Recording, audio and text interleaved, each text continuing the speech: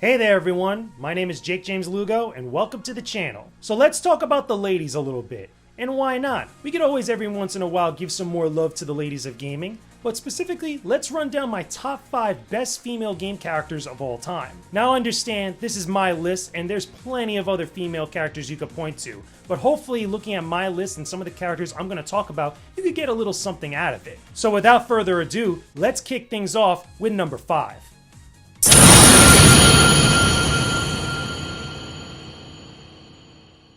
The Boss from Metal Gear Solid 3.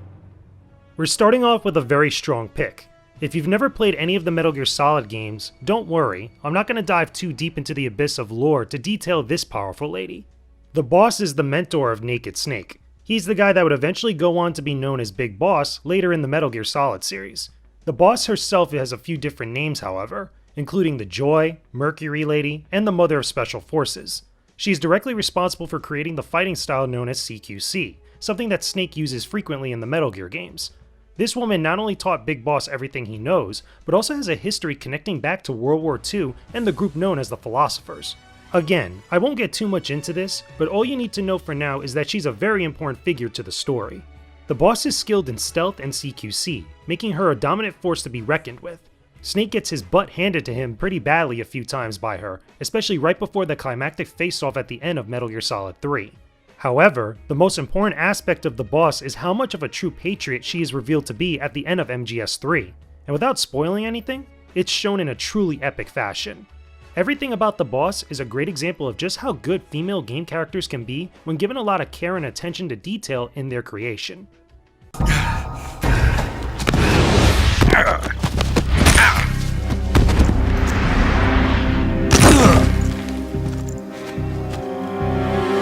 As an honorable mention here, I want to give some props to Tifa Lockhart from Final Fantasy VII. She's a character with physical prowess and many connections to the story of her game, much like the Boss.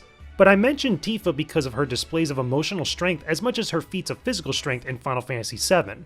Yes, she could beat up just about anyone, but Final Fantasy VII isn't afraid to show Tifa in a vulnerable moment. I feel like this makes Tifa feel a lot more three-dimensional alongside her Final Fantasy co-stars. We see this handled very well most recently in Final Fantasy VII Remake, where we get some great cutscenes of her. Tifa doesn't make the full list, but I had to give props to her because of just how much she reminds me of the Boss. You can check out my full review of Final Fantasy VII Remake here on the channel if you want to know more about my thoughts about the game overall.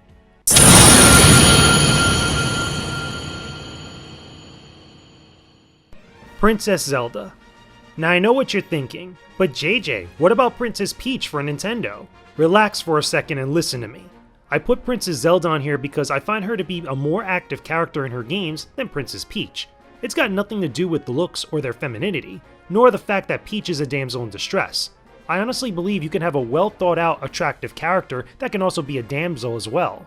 But for the sake of this list, I find that the women who take on more dynamic roles in their games to be far more compelling. Anyway, besides being the namesake of her series, Zelda is part of the royal family in the Kingdom of Hyrule, and she is also a descendant of the goddess Helea. Her role in every Zelda game changes frequently, but her importance to the timeline of the series is always constant.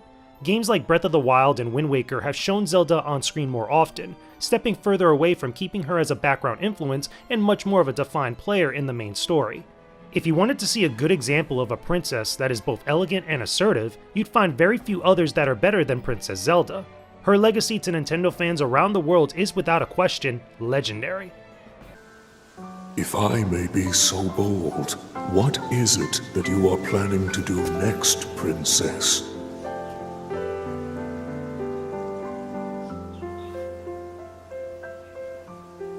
The Master Sword. I heard it speak to me. It seems that my role is unfinished. There is still something I must do. Now, the honorable mention I feel that complements Princess Zelda very well is Samus Aran from the Metroid series. Again, no offense to Mario fans, but Samus is a certified badass of the ladies within the Nintendo pantheon. What makes her a little different from Zelda is how she deals with challenges in isolation. Her inner monologues from later Metroid games really set up the atmosphere around her and build up the fortitude that Samus possesses. You'll always find Samus traveling to mysterious planets and hunting all sorts of creatures, facing all types of dangers alone. Through her many exploits as one of the best bounty hunters in the galaxy, Samus is definitely a character that you shouldn't take for granted. I recommend that you play Metroid Fusion sometime. It's one of my favorites in the series and showcases a lot of what I like about Samus Aran overall.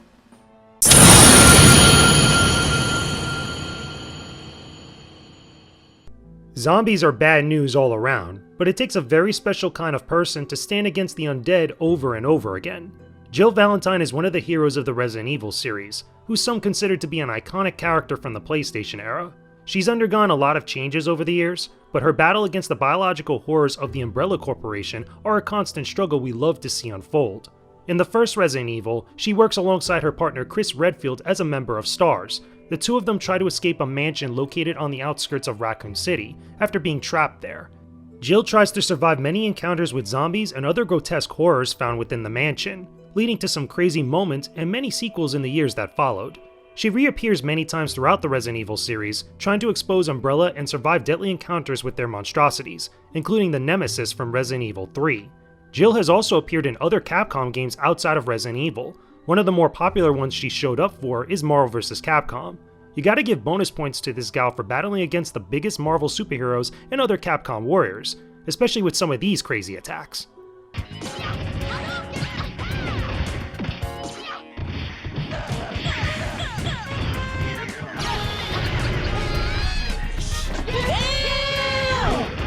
My next honorable mention is Aqua from Kingdom Hearts Birth by Sleep. There's no real connection here to Jill Valentine at all, I just wanted to give a nod to Aqua because she's so great. She's one of the better characters in Kingdom Hearts Birth by Sleep, and arguably within the entire Kingdom Hearts series. She becomes a Keyblade Master after passing the Mark of Mastery exam, and ends up being the one who sets things in motion for Sora and his friends to save everyone later on. Like a true master, Aqua charges straight into battle against the darkness in hopes of protecting the Realm of Light. She even gets to team up with King Mickey in one of the spin-off games, which is pretty neat. Aqua is empathic to her friends and allies, but also unrelenting in battle against her enemies. No matter how you feel about Kingdom Hearts as a whole, you gotta respect Aqua and what she achieves as a strong-willed character in a series all about pure hearts and friendship. Now, I've always said that great characters are always going to stand out to people. It doesn't matter what type of gender or profession or orientation that they are. If there's some sort of element about that character, some sort of character attribute or aspect about them that will resonate with you, that just speaks volumes to them as a character, as an individual, as a person, for whatever universe that they're part of. This is something I feel like people really lose out on whenever they're talking about great female characters or great male characters, great characters of color, and all these other superficial things. Really, at the heart of everything, a great character is just a great character. No matter what they come from, what they look like, what their preferences are, they're just awesome characters that you just really love to see their stories unfold. Anyway, let's get back to the list because now we get to talk about some real big ones, and this is going to be a lot of fun.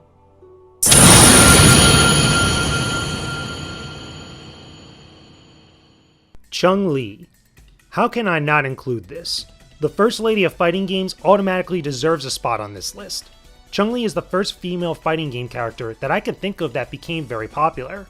Before Chun-Li, there were no other female characters in fighting games. According to some interviews with Capcom, Chun-Li's creation was in direct motivation of changing that. In Street Fighter II, Chun-Li is the self-proclaimed strongest woman in the world, and a member of the international law enforcement organization force known as Interpol. She's an expert in multiple styles of Chinese Kempo and Sanda, which she uses to her advantage in her quest to avenge her father's death at the hands of M. Bison and his Shadowloo organization. Chun-Li's overall design is iconic, with her hair buns, lightning-fast legs, and traditional Chinese dress, known as a qipao, being the biggest standouts. Later Street Fighter games changed up her look and added more layers to her backstory, but her iteration in Street Fighter II is the most iconic. As tough as she is, however, Chun-Li isn't shy from showing an element of cuteness and femininity. You can see that in her victory pose. Being as popular as she is, Chun-Li would eventually appear in other Capcom games like the Versus series with Marvel vs. Capcom, Capcom vs. SNK, and even Project Cross Zone. But in addition to this, her outfit appears in many other games too. You can find a version of Chun-Li's costume in Breath of Fire, Dead Rising, Monster Hunter, and even Onimusha. Without question, Chun-Li is one of those gaming icons that laid the foundation for a lot of other female game characters that came in the years afterwards. You know, everything that I've accomplished in my life, I thought I had done it for my father. But now, I think there was more to it than that. That's why I've decided to keep being a cop for now. Sounds good. The honorable mention here goes to Sonya Blade.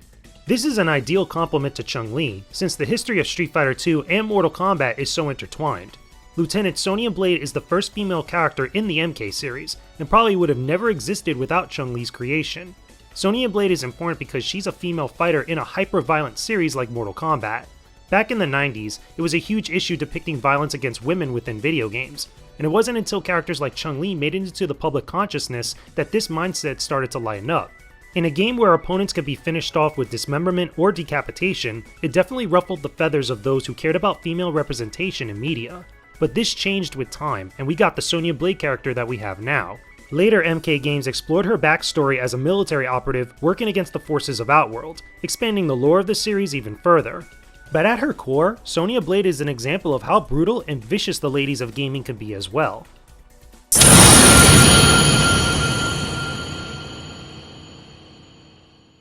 Now before you go typing in the comments section, hear me out about this number 1 pick, okay?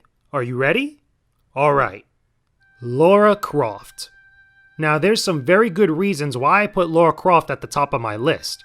Here's the thing about Tomb Raider. The character of Lara Croft broke a lot of boundaries during the PlayStation 1 era, and continued to be significant well after that. You'd be surprised at just how little of an impact female game characters made outside of the gaming industry. The first Tomb Raider was such a big hit for Eidos Interactive, but Lara Croft's popularity crossed over entertainment mediums. Things only got bigger and better with each new Tomb Raider release. Lara Croft became a feminist icon and a sex symbol in other forms of media. As for Lara herself, she's an archaeologist that travels the world looking for treasure and discovering the secrets within ancient history. Many have drawn parallels between her and other adventure heroes like Indiana Jones, and she was even one of the big inspirations for Nathan Drake in the Uncharted series. Lara Croft has a spunky personality and an affinity for danger, which I would say is very similar to characters like Ian Fleming's James Bond. She's confident, inquisitive, daring, provocative, and knows how to wield her dual pistols very well. Lara's adventures in the Tomb Raider games get pretty wild, with a lot of pulpy action that fans point to as some of the best action on the original PlayStation.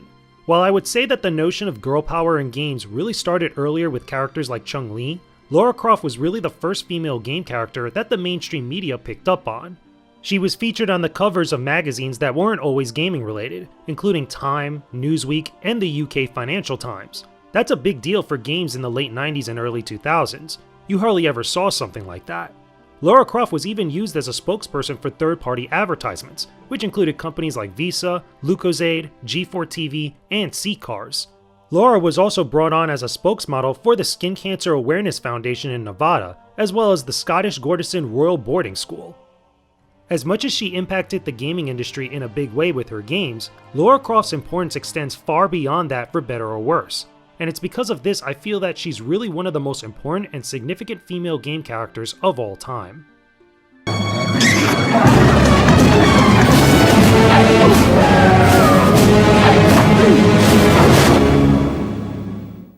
And there you go, everyone. Those are my top 5 best female game characters of all time. Again, there's so many other characters that I probably could have mentioned or pointed to or given honorable mentions. We'd honestly be here like all day just trying to run through all of them and figure out like who's better and such. But as always with any list or any other thing that I talk about on this channel, that's just my opinion on stuff. Let me know what you think about all of it down below in the comment section. Tell me some of your favorite female game characters, some of your favorite games that they're featured in. What about other types of characters that might not necessarily be human or might be different than the typical like male, female and stuff? Talk to me about that stuff down below in the comment section. Thanks for watching this video, everyone. Go ahead and click the boxes on the side to see more videos and subscribe to my YouTube channel. Don't forget to go visit my Patreon page for exclusive gaming content that I know you'll really love. Hope you have a chill day. Peace out and stay epic, everybody.